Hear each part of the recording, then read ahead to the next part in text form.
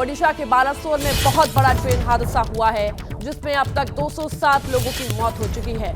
लगातार ये आंकड़ा बढ़ता जा रहा है और 900 से ज्यादा लोग घायल हैं। पिछले 20 साल का दुनिया में ये सबसे बड़ा रेल हादसा हुआ है। कल शाम 7 बजे के करीब बालासोर के करीब कोरोमंडल एक्सप्रेस पटरी से उतरी। उसके बाद दूसरी पटरी पर आ रही यशवंतपुर हावड़ा दुरंतो एक्सप्रेस ने कोरोमंडल को ऐसी टक्कर मारी कि उसकी कई बोगियों के परखच्चे उड़ गए। कोरोमंडल एक्सप्रेस की कई बोगियां इसके बाद पास के स्टेशन पर खड़ी मालगाड़ी से जा टकराई। हादसे के बाद रात भर से रेस्क्यू ऑपरेशन जारी है। ये तस्वीरें आप देख सकते हैं, कितना भयानक हादसा ये हुआ है। अब तक 200 से ज्यादा शव निकाले जा चुके हैं। अभी भी लगातार रेस्क्यू ऑपरेशन जारी है। और देखिए, ये सुबह की तस्वीरें आप देख सकते हैं। अब साफ तौर पर आपको दिखेगा किस तरह से ये तीनों गाड़ियां आपस में टकराई और कितना भयानक हादसा ये है। लगातार अभी भी रेस्क्यू ऑपरेशन जारी है। कोशिश की जा रही है कि जो भी लोग वहां पर अभी बचे हैं उनका रेस्क्यू किया जा सके, उनको तुरंत अस्पताल पहुंचाया जा चुके। अस्पतालों में शवों और घायलों का अंबार लगा हुआ है। मेरी सहयोगी मनोज्ञा वहां पर मौके पर ग्राउंड जीरो पर मौजूद है। मनोज्ञा, अभी तुरंत ताजा हालात, ताजा अपडेट क्या है?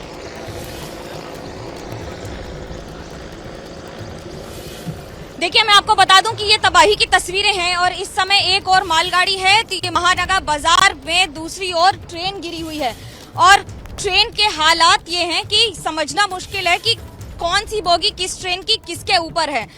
और यहाँ पर पूरा रेस्क्यू ऑपरेशन के लिए मेडिकल इक्विपमेंट के साथ आज क्योंकि राजकीय शोक की घोषणा कर दी है नवीन पटनायक की सरकार ने उड़ीसा में। मैं आपको ये तस्वीरें दिखा रही हूँ। देखिए, स्टेशन के दोनों तरफ पटी पड़ी हैं इस समय सिर्फ और सिर्फ ट्रेन की बोगियां।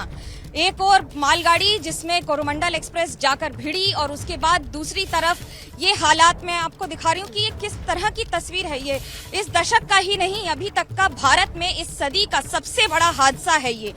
दुख की बात यह है कि रात से लेकर अभी तक सिर्फ और सिर्फ लोगों के घायलों की गिनती जारी है। ये भी नहीं पता चल पा रहा है कि अंदर कोई फंसा है कि नहीं, और ये भी नहीं पता चल पा रहा है कि अंदर और कितने शव बाकी हैं। रात भर रेस्क्यू ऑपरेशन चला है। रात भर के इस रेस्क्यू ऑपरेशन ने आपको ये तो इस बार जिस तरह से यहाँ की तस्वीर दिखाकर ये साफ कर दिया है कि अभी स्थिति आज सारे दिन, क्योंकि 8 साढ़े 8 के आसपास नवीन पटनायक उड़ीसा के मुख्यमंत्री आएंगे, उसके बाद 10:30 के आसपास ममता बनर्जी आएंगी। राजनीति एक और है, साथ में रेल मंत्री अश्विनी वैष्णव भी। चॉपर से बकायदा पूरा मुआयना किया जा रहा है ऊपर, और चॉपर से ये ध्यान रखा जा रहा है कि कितनी तबाही हुई है। जो तस्वीरें हैं इस समय वो अपने आप में बयां कर रही हैं कि तबाही का मंजर कितना दर्दनाक रहा होगा। आप सोचिए, रात का समय 7 साढ़े 7 बजे का समय, और वहां पर 2 ट्रेन आपस में भिड़ जाती हैं और सीधा मालगाड़ी में चली जाती हैं। और उसके बाद यही नहीं समझ में आता है कि ट्रेन किस तरफ है, यात्री किस तरफ हैं। अभी भी रेस्क्यू ऑपरेशन लगातार जारी हैं। एनडीआरएफ की टीम्स काम कर रही हैं, ऑर्डरऑफ की टीम्स काम कर रही हैं, यानी कि ओडिशा की डिजास्टर रिलीफ फोर्सेस जो कि ट्रेंड हैं साइक्लोन मैनेजमेंट में, वो लगातार यहाँ पर जमीन पर काम करती दिख रही हैं। मैं आपको तस्वीरें दिखा रही हूँ, यहाँ बयां करना मुश्किल है कि किस तरह से ट्रेन की तबाही का मंजर है। ये बोगी के ऊपर बोगी है और कौन कहां से किसका शव निकलेगा ये नहीं समझ में आ रहा है। अभी तक आसपास के 5 से 7 अस्पतालों में लोगों की भर्ती हो गई है और 200 से ज्यादा एम्बुलेंस का इस्तेमाल किया जा चुका है। साथ ही भीड़ इस समय लोगों की यहाँ पर जमावड़ा तो है ही, और सुरक्षा व्यवस्था के साथ शव निकालने की प्रक्रिया जारी है, घायलों को निकालने की प्रक्रिया जारी है। आसान नहीं है। पूरी रात यहाँ पर लाइट्स लगाकर अनाउंसमेंट करके ये पूरी प्रक्रिया की गई है। अभी भी आला अधिकारी पुलिस के यहाँ पर मौजूद हैं और पूरी मॉनिटरिंग हो रही है लगातार। मैं ये जो आपको तस्वीरें दिखा रही हूँ ये अपने आप में आप देखिए, ये शव का अंबार है। सुबह सवेरे ये शव की तस्वीर व्यूअर्स को दिखाना भी कितना तकलीफदेह होता है। ट्रेन आपस में इस तरह से इंटेंगल्ड हैं कि ये बताना मुश्किल है कि कौन सा कोच किस ट्रेन का है। ये देखिए, ये ट्रेन के हैंडल्स जो काट के निकाले गए हैं, ये सारे गैस कटर्स का इस्तेमाल किया गया है। इसमें टीम्स लगातार रात भर काम कर रही हैं। ऑर्डर की टीम है, खुद उड़ीसा के मुख्यमंत्री नवीन पटनायक लगातार मॉनिटरिंग कर रहे हैं। मुख्यमंत्री पश्चिम बंगाल, साथ में प्रधानमंत्री नरेंद्र मोदी और रेल मंत्री अश्विनी वैष्णव, अभी धर्मेंद्र प्रधान भी पहुंच रहे हैं थोड़ी देर में। डेलीगेशंस भले ही बार बार आ रहे हों, लेकिन एक उल्टे पड़े कोच की ये तस्वीर सिर्फ ये बता रही है कि ये एक्सीडेंट कितना भयावह था और उसकी निशानी है ये शव। गिनती करना मुश्किल हो रहा है, ये शव एक के बाद एक निकाले जा रहे हैं। परिजन पहुंच रहे हैं यहाँ पर अपनों को देखने के लिए कि उनके परिजनों की, उनके परिचितों की स्थिति क्या है। बहुत ही दर्दनाक स्थिति है इस कारण से, क्योंकि फोर्सेस ने भी मास्क लगाकर काम कर रहे हैं। 12 घंटे से ज्यादा हो चुके हैं। जिन लोगों की मौत हो गई है अंदर इस हादसे में, उनके शव निकालना मुश्किल हो गया है। ज्ञानेश्वरी का भी एक्सीडेंट ऐसे ही मिदनापुर में यहाँ से कुछ दूर पे हुआ था, लेकिन इसकी तस्वीर और उसकी तस्वीर में ये इस सदी का ही नहीं बल्कि भारत में इस सदी का अभी तक का ये सबसे बड़ा एक्सीडेंट है। 2004 में इसी तरह का सबसे बड़ा एक्सीडेंट श्रीलंका में हुआ था, जिसमें 1700 लोगों की मौत हुई थी, लेकिन वो सुनामी से जनरेटेड अर्थक्वेक और रेलवे ट्रैक के टूट जाने की वजह से हुआ था पूरे कोस्टल रेलवे में।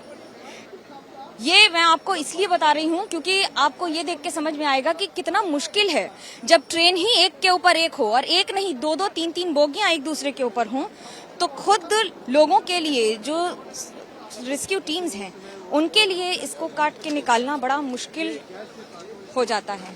एनडीआरएफ की टीम्स जो कि ट्रेंड होती हैं रेस्क्यू ऑपरेशंस में, वो काम कर रही हैं। देखिए, आपको मैं ये तस्वीर दिखा रही हूँ ट्रेन की। अब आप अंदाजा लगा सकते हैं कि जिस ट्रेन में आप सामान्य तौर पर प्लेटफॉर्म से चढ़ जाते हैं, वहां पर चढ़ने के लिए इस समय कितने इंस्ट्रूमेंट्स का इस्तेमाल करना पड़ रहा है। ये ट्रेन की एक साइड की बोगी है जो यहाँ आके पिलर से टकरा गई है, और एक तरफ दूसरा इंजन है।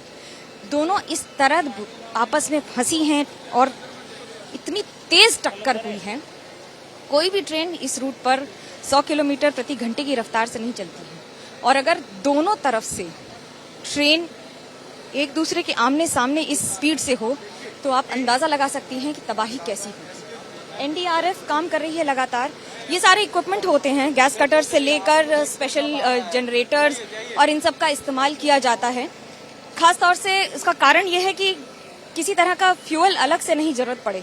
ज्यादातर इन सब इलाकों में जब भी काम होता है तो कोई भी सप्लाई नहीं होती है, इलेक्ट्रिसिटी कनेक्शंस काट दिए जाते हैं, और ये ऊपर जितनी भी वायर्स हैं सबसे पहले उनको हटाया जाता है, जिससे किसी को भी करंट न लगे या किसी भी तरह की स्थिति न बिगड़े।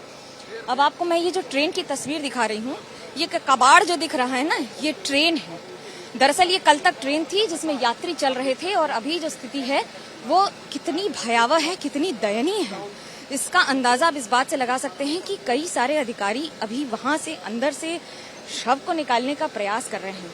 इतनी बुरी तरह टक्कर हुई है कि उसे निकालने के लिए भी, क्योंकि शव को भी निकालने के लिए उसे पूरे सम्मान के साथ निकाला जाएगा। ऐसा नहीं होता है कि उसे खींच लिया जाए और उसे साइड में रख दिया जाए। आप देखिए, मैं सिर्फ एक तरफ की तस्वीर दिखा रही हूँ, ऐसी ही उस तरफ तक यही हालत है। इसी तरह से ट्रेन के पहिए, ट्रेन की बोगी, ट्रेन का सामान, ट्रेन की पूरी बॉडी एक साथ इस तरह से निस्त नाबूद हो गई है। और ये एक और मालगाड़ी में जो ट्रेन घुसी है, ये मैं आपको उसकी तस्वीर दिखा रही हूँ, जहां पर आकर इंजन लड़ा है। डीरेल होके कोरोमंडल एक्सप्रेस पहले आई है, और उसके बाद सामने से दूसरी हावड़ा सुपरफास्ट एक्सप्रेस से टक्कर हुई है। दोनों ट्रेन एक दूसरे से अपोजिट डायरेक्शंस में चल रही थी, जिसकी वजह से इस टक्कर से कई गुना ज्यादा नुकसान हुआ है। और साथ में मालगाड़ी जिसकी गति अलग होती है, स्पीड वेलोसिटी का की बैटल का, या फिर कि एक इतनी बड़ी तबाही का ये बहुत ही जीता जागता उदाहरण है। आप सोच रहे होंगे कि मैं ऐसे संभल कर क्यों बोल रही हूँ, क्योंकि ये स्थिति ही ऐसी है कि बहुत ही संवेदनशील स्थिति है, और यहाँ पर बताना हमारे व्यूअर्स को, सुबह सुबह इस बात की जानकारी देना कि इस समय क्या स्थिति है। 207 लोगों की आधिकारिक पुष्टि हो चुकी है, मृत घोषित किया जा चुका है और वर्तमान में 900 से ज्यादा लोग घायल हैं और ये आंकड़े बढ़ेंगे क्योंकि हर कोच में सामान्य तौर पर 72 लोग होते हैं रिजर्व सीट। क्या मजबूरी है मेरी, बताइए।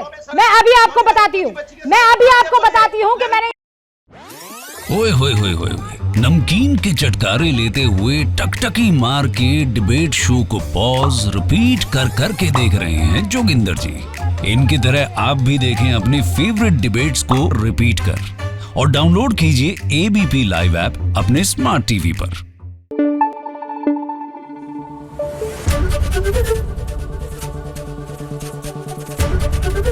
एबीपी न्यूज आपको रखे आगे।